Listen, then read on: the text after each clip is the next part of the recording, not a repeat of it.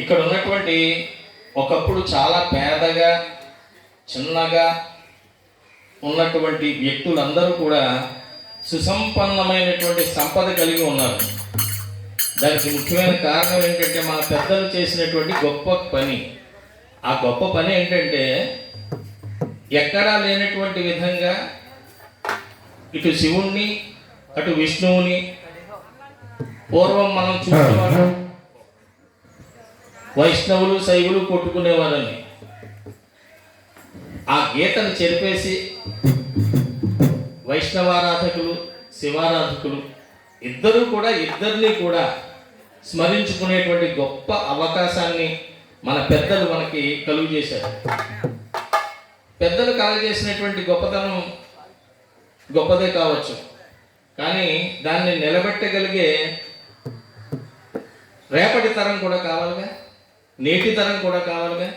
అటువంటి తరం కూడా ఈరోజు ఉంది. దానికి మనందరం కూడా చాలా సంతోషించదగ్గ విషయం అన్నమాట. మిత్రులు, చిన్ననాటి స్నేహితులు ఇక్కడ చాలామంది ఉన్నారు. ముఖ్యంగా నేను సుబ్బరాజు అంటాను. మా చిన్నప్పుడు మరి మా క్లాస్లో ఉన్నటువంటి పేరు మీ అందరికీ రమేష్ అని పరిచయం. అట్లాగే మా కూర్చుమంచి ఇతను. నెక్స్ట్ ఇక్కడ ఉన్న తోట చిన్న 6 అడుగుల మండపాక చిన్న, అతను సైజు 6 అడుగులు కానీ అతని పేరు చిన్న. ఇలాగా చాలామంది ఇక్కడ నాకు రాంబాబు స్టూడియో దాంట్లో ఉండేవారు వెళ్ళేసి చాలామంది మిత్రులు ఉన్నారు.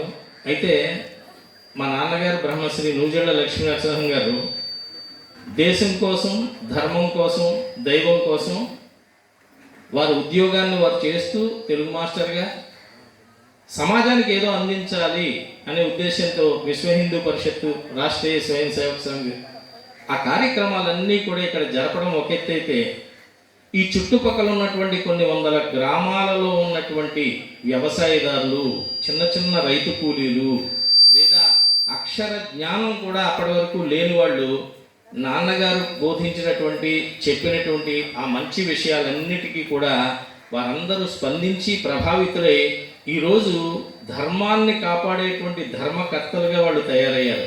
నాన్నగారు ఈరోజు లేరు భౌతికంగా ఇక్కడ, కానీ ఆయన పంచినటువంటి ఆధ్యాత్మిక జ్ఞానం మాత్రం ఇప్పటికీ ప్రతి చోట, ప్రతి చిన్న గ్రామాల్లోనూ కూడా వెదజల్లు పడుతూ ఉంది. ఆయన చెబుతున్నప్పుడు, ఆయన ఏ గుడికైనా వెళ్ళినప్పుడు మేము కూడా ఆయన కూడా వెళ్ళి ఏ అరటిపండు ఏ కొబ్బరికాయ మొక్క ఇస్తారనే ఆశ చిన్నప్పుడు, అంతేగా ఆ ప్రసాదం తీసుకుని వద్దామనే ఆశతో వెళ్ళిన వాళ్ళం. ఆ వాసనలు మాకు కూడా కొంచెం బట్టి మా ఇంట్లో కుటుంబ సభ్యులు కూడా 4 మంచి మాటలు ఎక్కడైనా వీలున్నప్పుడు అలా సమాజానికి అందించాలి అనేటువంటి ఒక మంచి ఉద్దేశంతో నిస్వార్థంగా వీలైనంత మటుకు మనకు భగవంతుడు గవర్నమెంట్ ఉద్యోగం ఇచ్చాడు, తినటానికి ఉండటానికి సౌకర్యాలను కలుగజేశాడు. కాబట్టి ధర్మాన్ని ఎక్కడైనా మనం అందించే ప్రయత్నం అవసరం ఉంటే అక్కడ 4 మంచి మాటలు చెప్పాలనేటువంటి ఉద్దేశంతో ఉన్నాం. అటువంటి ఉద్దేశానికి మా రమేష్ లాంటి మిత్రులు, మిత్రమా నువ్వు వచ్చి ఓ 10 నిమిషాలు చెబితే బాగుంటుంది అని. అయితే ఇక్కడ వచ్చే పెద్ద ప్రమాదం ఏంటంటే చెప్పడానికి చాలామంది ఉన్నారు, వినటానికి జనం కరువయ్యారు ఈ రోజుల్లో. మరి అటువంటి కరువైన రోజుల్లో కూడా చెప్పడానికి ప్రయత్నించేవాళ్ళు గొప్పవాళ్ళనే చెప్పాలి. అందుకే నేను సాహసించి ఇప్పుడు భోజనాల టైంకి వస్తారు చాలామంది, అప్పటి వరకు ఉంటావా అంటే అప్పటి వరకు వచ్చేటప్పటికి భోజనాల మధ్యలో కూర్చుని నేను చెప్పాల్సి వస్తుంది. ఇప్పుడైతే ఈ 10 మంది శ్రద్ధగా వింటే కొన్ని 100 మందిని తయారు చేస్తారు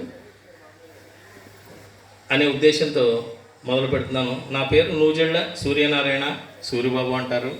నేను ఏపీపీడీసీఎల్లో సీనియర్ అసిస్టెంట్గా ఉద్యోగం చేస్తున్నాను. వృత్తి ఒక పక్కన సాగుతుంది, ప్రవృత్తిగా సాగేటువంటి నా యాక్టివిటీస్ కొన్ని ఉన్నాయి. అందులో సమాజానికి కూడా మనం ఏం అందించగలం అనే దాని మీద మనం దృష్టి పెడుతున్నాం.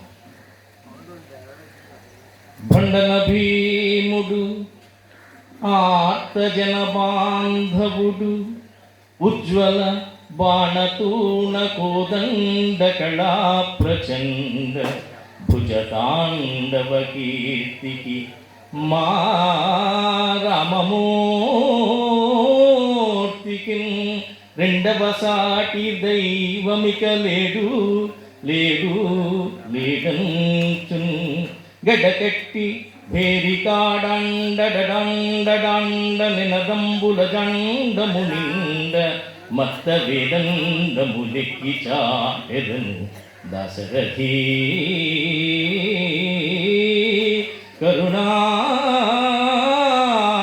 కరుణాపయోనిధి దశరథీ కరుణాపయోనిధి.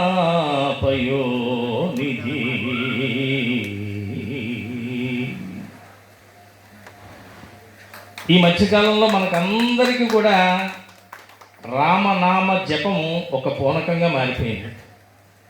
అటువంటి పరిస్థితుల్లో ఎక్కడెక్కడో కలుగుల్లోంచి బయటకు వచ్చినటువంటి ఎలకల్లాగా ఇప్పటి వరకు మనం రాలేము అనుకున్నటువంటి వ్యక్తులు చాలామంది సమాజం బయటకు వచ్చారు. వాళ్ళు చాలా సాహసోపేతమైనటువంటి నిర్ణయాన్ని తీసుకున్నారు. ఎందుకు అది చెప్తున్నామంటే, మిగిలిన ఏ మతాల్లో లేనటువంటి భయం మనకుంది. ఎందుకంటే స్వామీజీలైనా మఠాధిపతులైనా ఎవరైనా వాళ్ళ దృష్టి ఏంటంటే, అయ్యో మతం గురించి హిందూ అని అంటే ప్రమాదం ఏమైనా వస్తుందేమో అనేటువంటి పరిస్థితుల్లో వాళ్ళ జాగాల్ని ఆశ్రమాల్ని కాపాడుకునేటువంటి పరిస్థితుల్లో మొన్నటి దాకా ఉన్నటువంటి తరుణంలో ఈరోజు రాముడు పంపినటువంటి వ్యక్తిగా ఒక వ్యక్తి ఇక్కడికి రావటం, మన దేశాన్ని పాలించే వ్యక్తి కావటం, పార్టీలకు అతీతంగా, మతాలకు అతీతంగా, కులాలకు అతీతంగా, జాతులకు అతీతంగా, భాషలకు అతీతంగా ధర్మ మార్గమే శ్రేయస్కరమని ఎంచి ఆ ధర్మాన్ని రక్షిస్తే ఆ ధర్మం మనల్ని రక్షిస్తుంది. రాముణ్ణి కొలిస్తే ఆ రాముడు మనల్ని మోక్షానికి లేదా ముక్తిని లేదా పుణ్యాన్ని అంతకు మించి మన జీవితం చాలించే లోపు మనం మన జీవితంలో మనిషిగా పుట్టినటువంటి ఈ మానవ జన్మకి సార్థకత ఉండాలి అనేటువంటి దృష్టితో ఒక్క వ్యక్తి, ఒకప్పుడు మనం గాంధీ గారు స్వరాజ్యాన్ని సాధించడానికి చాలా ప్రయత్నం చేశారని చెప్పుకున్నాం. అటువంటి సందర్భంలో ఈరోజు కూడా మనకి ఒక వ్యక్తి రాముడి గుడిలో ప్రతిష్ఠ అవ్వడం కోసం 10 రోజులు ఉపవాసం చేయటం అంటే ఆషామాషి కాదు. వాళ్ళకి సకల సౌకర్యాలు సమాజం ఇస్తోంది. మనం ఈరోజు చూస్తున్నాం, చాలామంది ప్రజాప్రతినిధుల్ని లేదా రాజకీయ చతురుల్ని చూస్తున్నాం. వాళ్ళెవ్వరూ చెయ్యలేని సాహసోపేతమైనటువంటి నిర్ణయం ఆయన తీసుకోవటం, అది అచంచలమైనటువంటి భక్తితో, ఏ రాజకీయ దురుద్దేశం లేకుండా మన రాముడికి మనం గుడి కట్టుకుందాం, మన రాముడిని మనం కాపాడుకుందాం. కానీ దేవుడు కాపాడుతాడు కదా, ఇంకా మనుషులను మనం ఎందుకు కాపాడడం అని అనుకుంటే, మరి ఆ పక్కన ఉన్నటువంటి సోదరులు, మన అక్క చెల్లెళ్ళు, మన అన్నదమ్ములు, మన తల్లిదండ్రులు, మన ఊరు పక్కన ఉన్న ఊళ్ళు, మన జిల్లా, మన రాష్ట్రం, మన దేశం కాపాడబడాలి అని ఎందుకు అనుకుంటాం? అదే దృష్టి మనం రాముడి గురించి కూడా యోచన చేయటం జరిగింది. ఇటువంటి పరిస్థితుల్లో మనం, మా నాన్నగారు అనేవారు, దేవుడు ఉండాలి, కానీ దేవుడు ఉండాలంటే దేశం ఉండాలి. దేశమే లేనప్పుడు దేవుణ్ణి ఎక్కడైనా ప్రతిష్ఠించుకుందామని మన పక్క దేశంలో పాకిస్తాన్కి వెళ్ళి మనం మన దేవుణ్ణి కొలుచుకుందామని ధైర్యంగా చేయగలిగే పరిస్థితులు ఉన్నాయా? లేవు. మరి అటువంటిప్పుడు మన దేశంలో మనది కర్మభూమి, భారత భూమి, హిందూ దేశం అని గర్వంగా చెప్పుకుని ప్రపంచ దేశాలన్నీ గర్వపడుతుంటే మనం మట్టుకు ధర్మం గురించి చెప్తే పాపం, అలాగే సత్యం గురించి చెప్తే పాపం, దేవుడి గురించి చెప్తే ఎవరైనా ఏమైనా అనుకుంటారేమో, అది మతానికి ఆపాదిస్తారేమో అని అనుకుని మనం చేయాల్సిన కనీస ధర్మాన్ని కూడా మనం నిర్వర్తించలేకపోతున్నాం. ఇటువంటి సందర్భంలో నాన్నగారు, తండ్రి గారు శ్రీ రోజు విశ్వనాథం గారు ఒక మంచి పాట రాయడం జరిగింది. ఒక్కటే దేశం మనది, నిజం నిజం, ఒక్కటే జాతి మనది, అదే నిజం, ఒక్కటే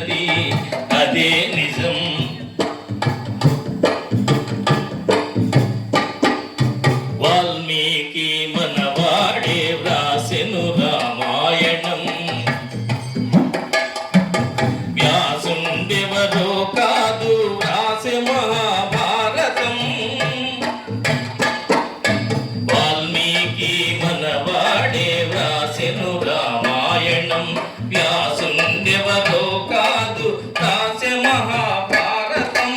అష్టాదశ పురాణాలు అంతులేని ధర్మాలు, అష్టాదశ పురాణాలు అంతులేని ధర్మాలు అందించిన ఋషులందరూ వందనీయులే. మనకు ఒక్కటే దేశం మనది, నిజం నిజం ఒక్కటే జాతి మనది, అదే నిజం.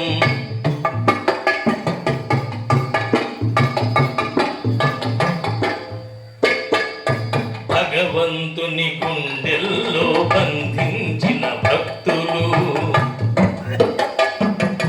ప్రకృతినే నడిపించిన పతివ్రతల శక్తులు,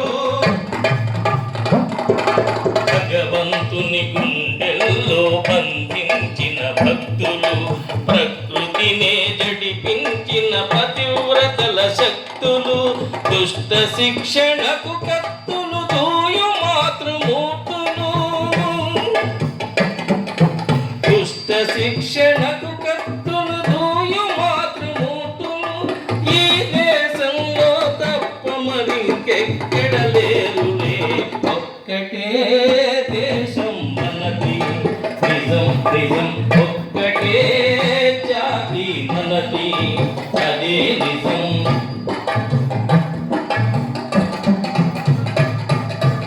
సర్వస్వం సమాజానికి అర్పించిన త్యాగులు, సమాజాన్ని దైవానికి ముడిపెట్టిన యోగులు, సర్వస్వం సమాజానికి అర్పించిన త్యాగులు, సమాజాన్ని దైవానికి ముడిపెట్టిన యోగులు, తనువ శాశ్వతం మనోతత్వం మెరుగు విరాగులు, తనువ శాశ్వతం మనోతత్వం మెరుగు విరాగులు, తనువు దాచినట్టి పరమ ధన్య పుణ్యలేశము. ఒక్కటే దేశం మనది, నిజం నిజం ఒక్కటే జాతి మనది, అదే నిజం. వర్ణములెన్నున్న పరికులములు ఏమైనా, వర్ణములెన్నున్న పరికులములు ఏమైనా, మనములోని చెట్టు మనం వసుధైక కుటుంబం. ఒక్కటే దేశం మనది, నిజం నిజం ఒక్కటే జాతి మనది, అదే నిజం. అంటే మన గుండెల్లోకి మనం చేసే భజన కానీ, మనం పాడే పాట కానీ, మనం చేసే స్మరణ కానీ, అవి గుండె లోతుల్లోకి వెళ్ళినప్పుడు మన మనస్సులో తెలియని అనిర్వచనీయమైనటువంటి అనుభూతి కలుగుతుంది. ఈరోజు చాలా షోస్ లో మీరు చూస్తూ ఉంటారు, గూస్ బంప్స్ అని ఒక ఇంగ్లీష్ వర్డ్ ఒకటి బాగా ప్రాచుర్యం పొందింది. అంటే మనం చిన్నప్పుడు చెప్పుకునేవాడు రోమాలు నెక్కబడుచుకుంటాయి.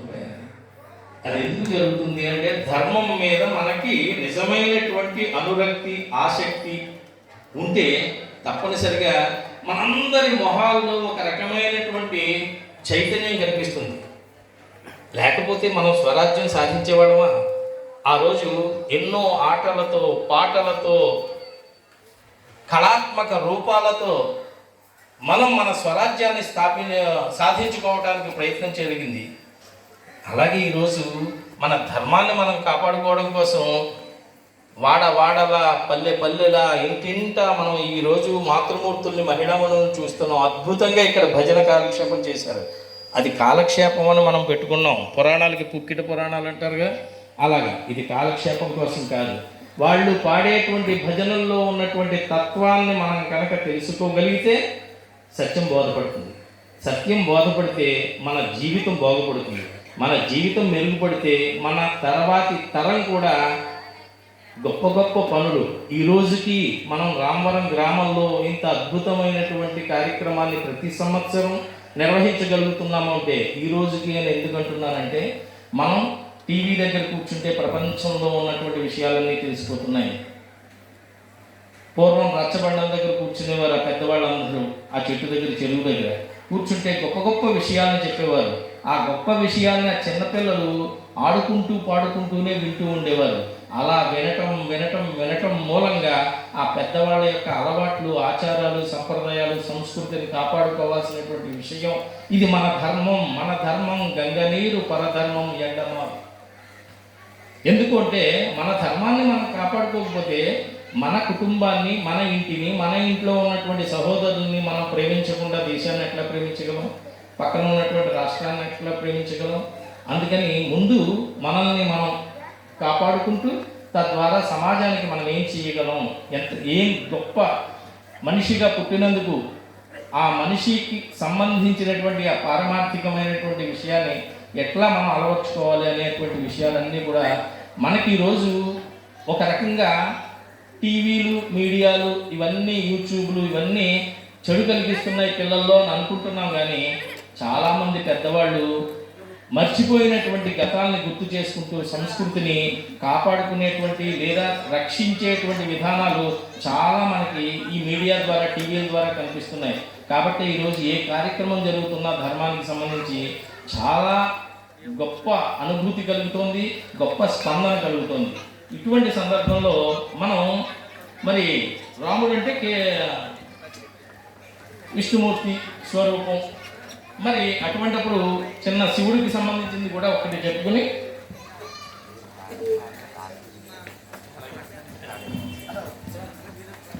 మనం కొంతమందిని చూస్తాం. వాళ్ళు మనకి మామూలు మనుషుల్లో కనిపిస్తారు. నాన్న నాన్న ఒకసారి అందుకే చాలా అంటే కొంతమంది గరికపాటి నరసింహారావు గారు, చాగంటి కోటేశ్వరరావు గారు, వీళ్ళందరూ ఏమిటి పండితులే కానీ అహంకారం ఎక్కువ ఉంది అని అనుకుంటాం మనం. కాదు, వాళ్ళకి కాదు, మనలో ఉంది. అంటే ఉన్న 10 నిమిషాలని మనం శ్రద్ధగా వినలేని పరిస్థితులు, లేదా అప్పుడే మన లోకాభిరామాయణం ముచ్చటించుకునేటువంటి పరిస్థితులు వస్తాయి. వచ్చినప్పుడు ఆయన కోపగించి వెళ్ళిపోయాడు, లేకపోతే ఆయన ఏమో ఏదో కొంచెం దురుసుగా మాట్లాడి వెళ్ళిపోయాడు ఆ పండితుడు అంటాం. మరి పామరుడైన నాలాంటి వాడికి కొంచెం ఆగండమ్మా అని చెప్పగలిగే శక్తి ఉంటే పండితులు, అపర మేధావులు, మన ధర్మాన్ని రక్షించాలని పూనుకునే వాళ్ళకి ఉంటుంది కదా. అందుకని ఎప్పుడైనా సరే ఎక్కువ సమయం తీసుకోవద్దు. ధర్మానికి ఎక్కువ మనం మంచి చేయడం కోసం ఎక్కువ తీసుకుంటే మనకి కడుపు ఉబ్బరించేస్తుంది. అదే చెడ్డ విషయాలు ఉన్నాయి, పనికిమాలిన విషయాలు కొన్ని ఉంటాయి, అప్రయోజనకరమైన విషయాలు. అవి అక్కడ కూర్చుంటే మనం రోజుల తరబడి చర్చించుకుంటూనే ఉంటాం, వెబ్ సిరీస్ లాగా. సరే, ఇటువంటి సందర్భంలో అంటే విజ్ఞులైన భగవత్ స్వరూపులందరూ కూడా ఇక్కడ ఉన్నారు. గొప్పతనం అది. ఇందాక రమేష్ చెప్తుంటే నాకు ఎక్కువ మంది జనం వద్దు, వినే జనం 10 మంది ఉంటే చాలు అన్నాను. ఎక్కువ మంది జనం వస్తే వాళ్ళు ఆ ఐటెం బాగుంది, ఇది బాగుంది, పులిహారలో ఉప్పు ఎక్కువైంది అంటారు ఇప్పుడు వచ్చి. సో అవి కాదు నాకు కావాల్సింది. నేను ఎక్కడి నుంచో వచ్చాను, వచ్చిన ఆ 5 నిమిషాలు 10 నిమిషాలు మీతో మంచి విషయాలను పంచుకునే సందర్భంగా ఇది నేను నా అదృష్టంగా భావిస్తున్నాను. దంకెళ్ళ భరణి గారు మనందరికీ సినిమా యాక్టర్గా తెలుసు. ఈ మధ్యకాలంలో ఆయన శివుడి మీద అపరిమితమైనటువంటి ప్రేమ పెరిగి ఆయన తత్వాలను రాసుకున్నారు. ఎందుకంటే శివుడు అనేవాడు నిరాకారంగా లింగారూపంలో ఉన్నట్టు మనకు కనిపించినా ఆయన చేసే చర్యలు, మహత్తులు చాలా గొప్పగా ఉంటాయి. వరాలు ఇచ్చేటప్పుడు బోళాశంకరుడు అంటాం. అలాగే మనల్ని ఏదైనా వినాశనానికి పురుగొల్పాలన్నా ఆయనే కారకుడవుతాడు కూడా. మరి అటువంటి వ్యక్తిని ప్రసన్నం చేసుకోవాల్సినటువంటి పరిస్థితులు మనకు ఉన్నాయి. నాలోన శివుడు గలడు, నీలోన శివుడు గలడు, నాలోన శివుడు గలడు, నీలోన గలుడు గలడు, నాలోన గల శివుడు, నీలోన గల శివుడు లోకాన్ని మార్చగలడు, లోకము పరిమార్చగలడు. శివుడు గలడు, నీలోన శివుడు గలడు, నాలోన గల శివుడు, నీలోన గల శివుడు లోకము నేలగలడు, కోరితే శోకము బాపగలడు. నాలోన శివుడు గలడు, నీలోన శివుడు గలడు,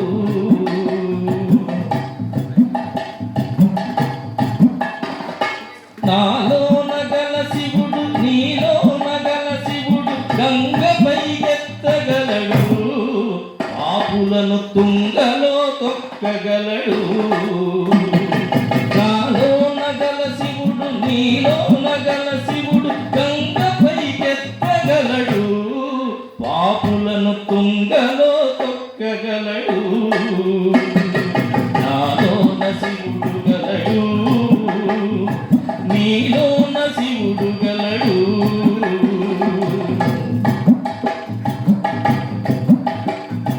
నాలోన గల శివుడు నీలోన గల శివుడు ఒక కన్ను తెరవగలడు. నాలోన గల శివుడు నీలోన గల శివుడు ఒక కన్ను తెరవగలడు, ఒత్తంటే రెంటిని మూయగలడు. నాలోన శివుడు గలడు, నీలోన శివుడు గలడు. నాలోన గల శివుడు నీలోన గల శివుడు సగము పంచియగలడు. నాలోన గల శివుడు నీలోన గల శివుడు సగము పంచియగలడు, తిక్కతో అసలు తుంచేయగలడు. నాలోన శివుడు గలడు, నీలోన శివుడు గలడు. నాలోన గల శివుడు నీలోన గల శివుడు నాటకాలాడగలడు, తెరదించి మూట కట్టేయగలడు. నాలోన గల శివుడు నీలోన గల శివుడు నాటకాలాడగలడు, తెరదించి మూట కట్టేయగలడు. నాలోన శివుడు గలడు, నీలోన శివుడు గలడు. నాలోన గల శివుడు నీలోన గల శివుడు లోకము నేలగలడు, కోరికే శోకము కాపగలడు. నాలోన గల శివుడు నీలోన గల శివుడు లోకము నేలగలడు, కోరికే శోకము బాపగలడు. నాలోన శివుడు గలడు, నీలోన శివుడు గలడు. నాలోన శివుడు గలడు, నీలోన శివుడు గలడు.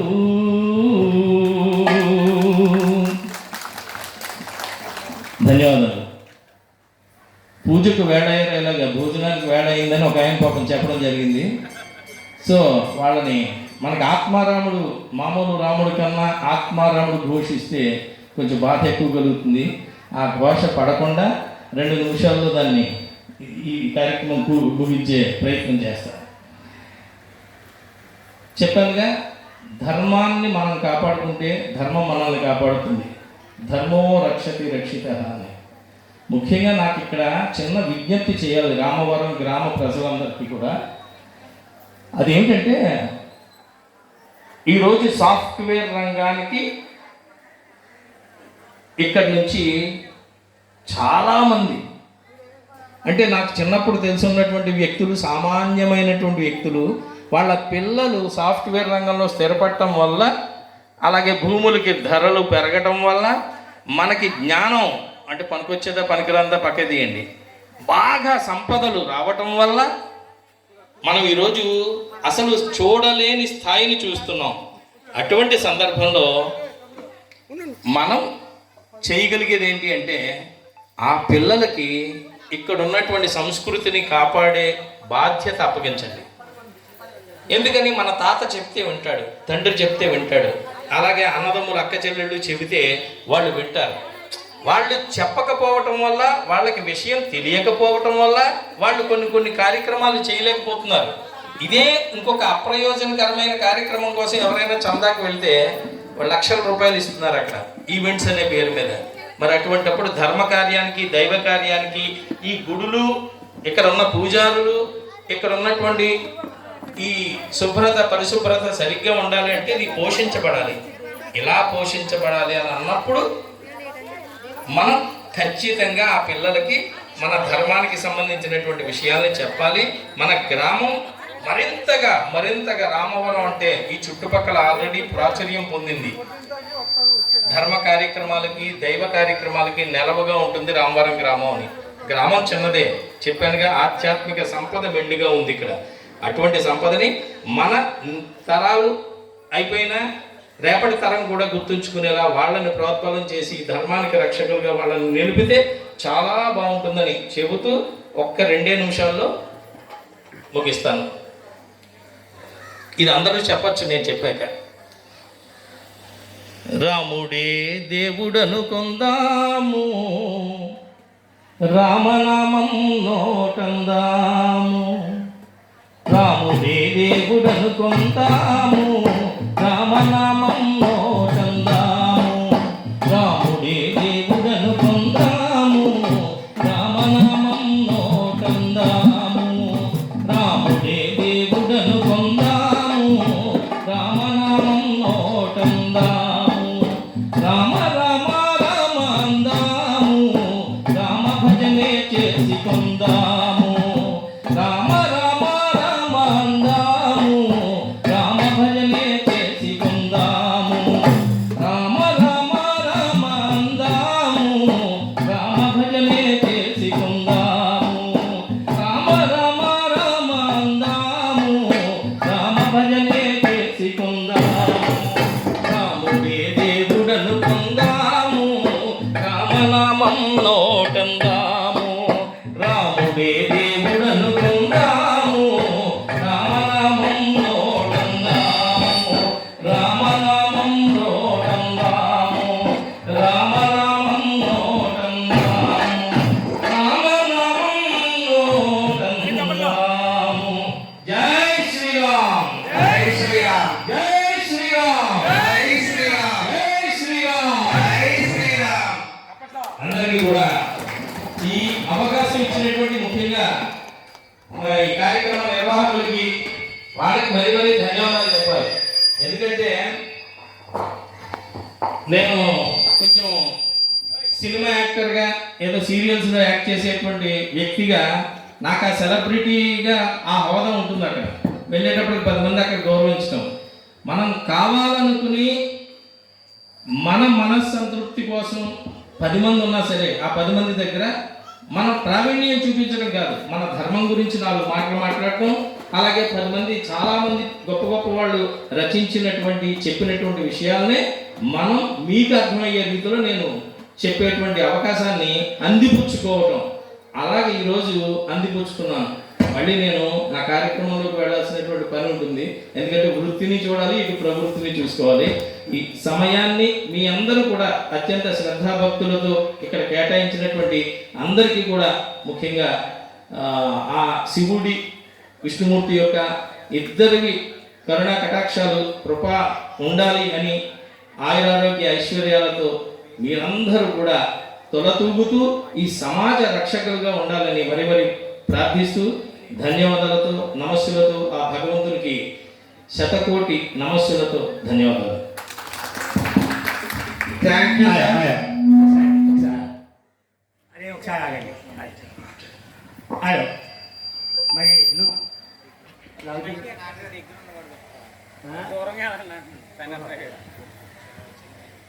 హలో నూజె లక్ష్మీనరసింహ గారు అంటే మేము 1965 మార్చిలో మేము SSLC పూర్తి చేసామండి.